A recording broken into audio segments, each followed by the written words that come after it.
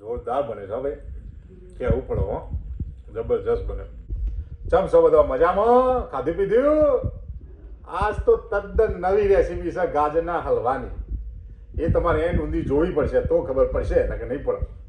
તો એન્ડ ઊંધી જુઓ તા લેડો બતાવું તો. આ જુઓ થાળીની અંદર પડ્યો છે ડીશમાં 8 ગાજર. હવે 8 ગાજરનું કમ્પ્લીટ કટિંગ કરી અને પછી એને શેણી નાખવાના.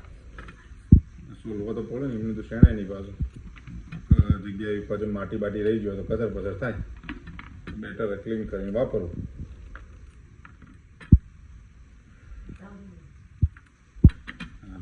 મમ્મી કે મારો વોઇસ ધીમો પડે છે, હવે શું કરવું કેવડો તમે કહો. તમે વિડીયોમાં કમેન્ટ કરજો એટલે ખબર.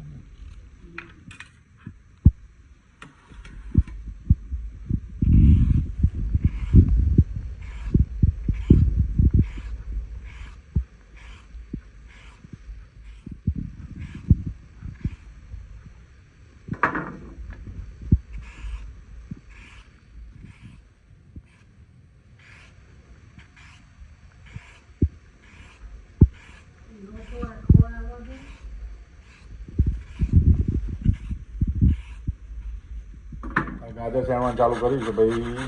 હા તે શેણી દેવાનું તમારે.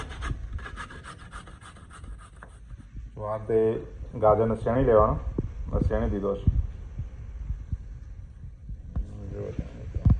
શેણી દે ઓકે. સળગાવી દીધો છે ચૂલો અને આપણે મૂકી દીધો છે તવો. હવે એના અંદર ગાજર શેણેલો નાખવામાં આવશે. હવે જો એ શેણેલો ગાજર નાખી દીધો હશે અંદર અને એ પછી 2 ધનાધર ઉખડિયા વાળી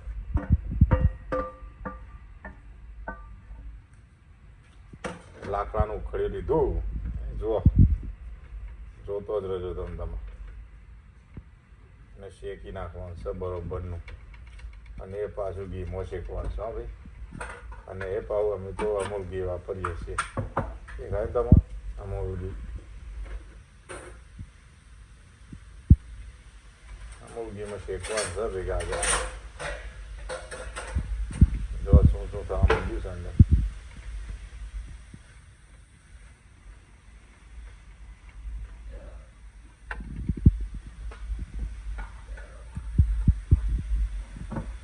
અને ઘીમાં નાખ્યું પછી ઘીમાં શેકી દેવામાં આવશે.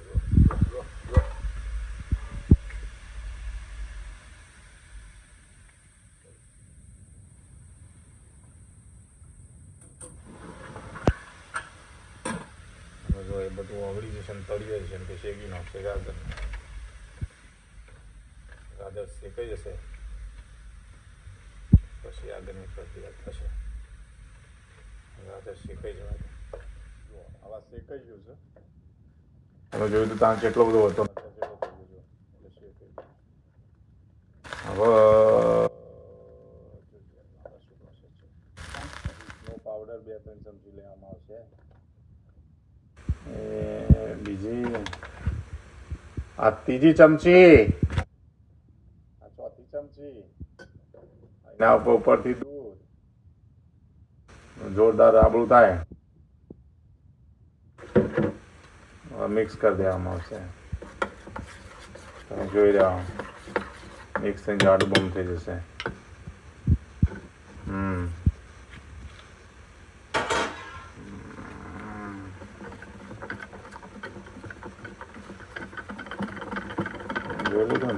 જોરદાર ફૂલ જાડું થઈ જશે.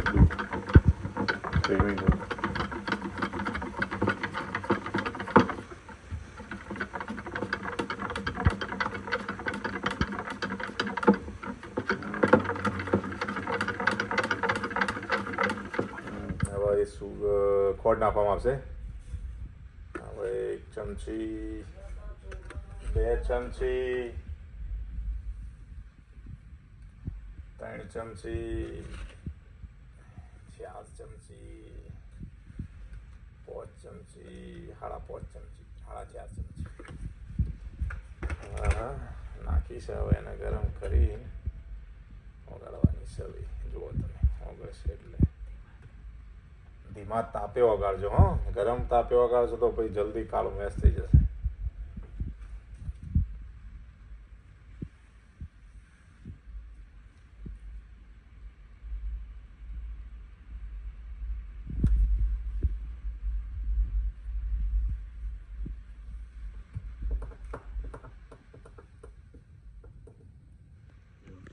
કેરેમલાઇઝ થઈ જાય પોટ જે દેખાય તમને ધીરે ધીરે ધીરે ધીરે દેખાતી હોય તો દેખાય ઓગળવા માંડી છે ધીરે ધીરે કમ્પ્લીટ થઈ જશે ફટફટ આમ પાણી ઉડી તો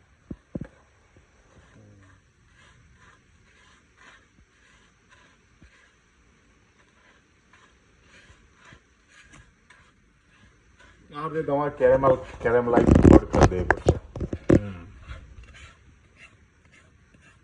પછી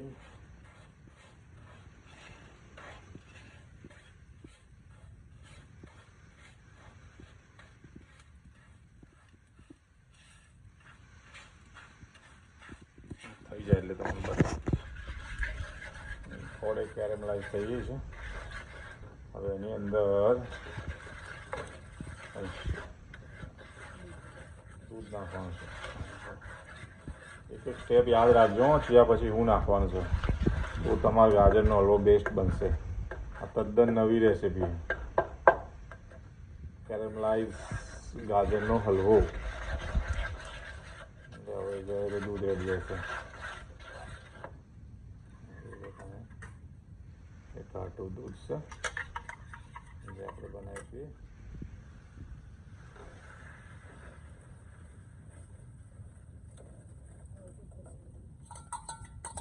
અંદર જે પોટ જમી જાય એનું કારણ હું તમને કહું કે જે દૂધ એ ઠંડુ હોય અને ગરમ હતું એટલે ઠંડુ પડેલું થાય કે જમી જાય કે ક્રંચી થઈ જાય કડક કડક થઈ ગયું ને.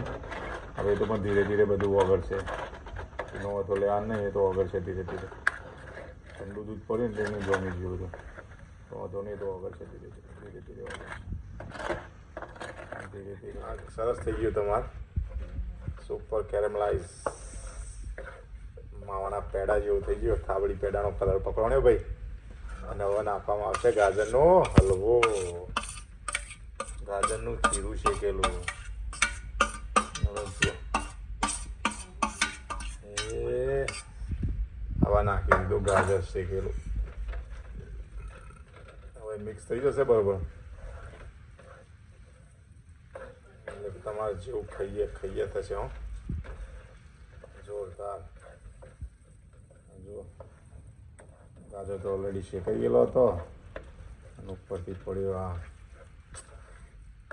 જોરદાર બન્યું છે. ટ્રાય કરજો, જરૂરથી કરજો અને ટ્રાય. ચપડું બનશે. તદ્દન નવી રીતે ગાજરનો હલવો. અને મગ દૂધવાળું કલરવાળું દૂધ છે. તો અમે એ કલર તો પકડાઈ જશે જેમ કે પેલા કેરેમલાઇઝ થઈ ગયું એટલે એ કલરનો નાખશો નહીં તો એ ચાલશે. જેમ કે ઓલરેડી કેરેમલાઇઝ થઈ ગયો એટલે કલર પકડી ગયો. જો જોરદાર પીળો થઈ ગયો છે ભાઈ. ઇલાયચીનો પાવડર નાખવામાં આવશે. ઇલાયચીનો પાવડર છે અને એ થોડું મિક્સ કરી આપણે ચોમાડી દેવામાં આવશે અને એ સબ્બત હશે.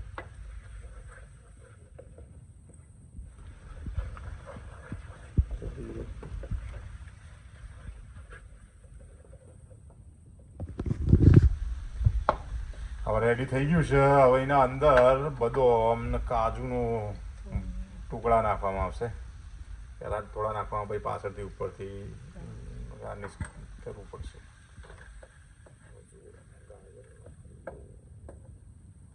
દેખાય કમ્પ્લીટ થઈ ગયું છે. જેમ કે ચોટતું નહીં એટલે તમને ખબર પડી જશે કે રેડી થઈ ગયું.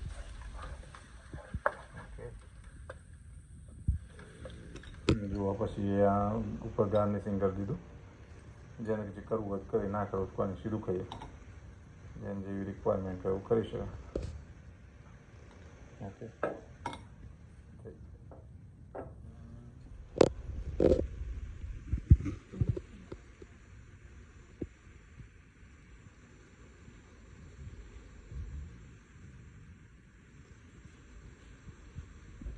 ચલો તો આપણે ટેસ્ટ કરીએ ગાજરના હલવાનો. કેરેમલાઇઝ ગાજરનો હલવો. હવે જોઉં છું કેવો બને તમને કહું.